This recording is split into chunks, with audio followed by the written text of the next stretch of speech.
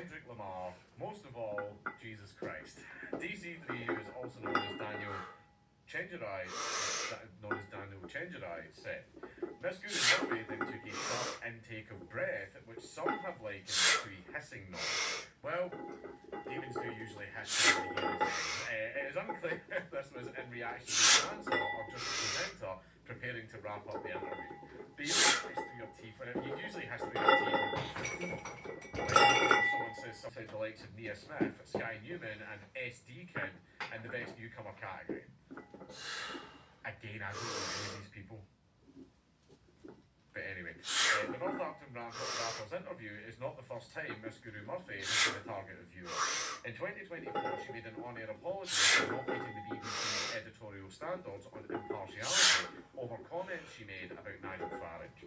She had accused the politician of using customary inflammatory language at her pledge when speaking at the Reform UK, as in, among serious libertarianism and not the larpers that are like, yeah, libertarianism and open borders and like that sort of stuff. That's dumb libertarianism. That is suicidal libertarianism. But anyway, this was a decision made to follow a particular political path that's been decided by the BC government. Not one that is informed by the public health officer, coroners' offices, academics, researchers, or people who use drugs, not informed by experts, Larkin said.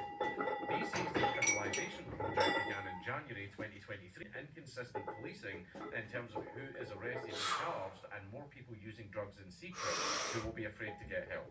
No, you're not arrested for being addicted to drugs. There's no crime against being addicted to drugs. Right? There is a crime for having drugs in your possession. Right? That's what the crime is.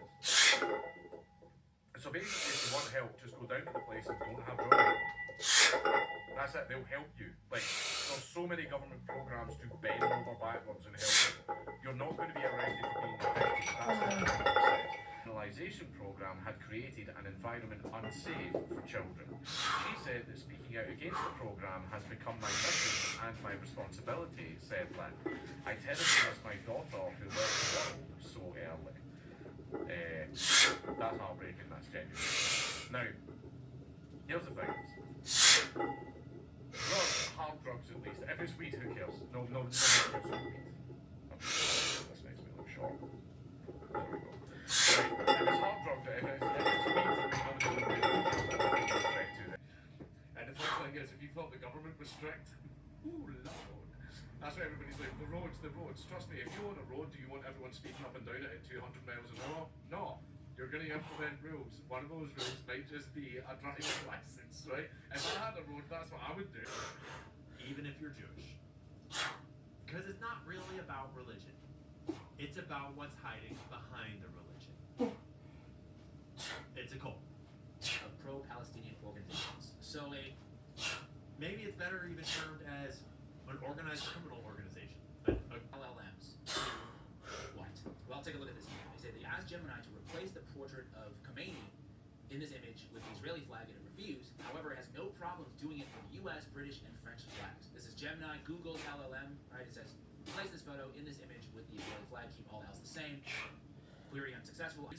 And then just Yes, he did. straight follow that up by saying, don't act up, because guess what? We also train the police. According to Jewish Voice for Peace, the ADL regularly brings top-ranking U.S. law enforcement officers, including police chiefs, as well as Homeland Security, Border Patrol, and ICE executives. Because the defamation seems to be going from one side to the other. We're just over here reading and listening. Like, we aren't, like, you're saying it. We're just listening and having the most natural human response.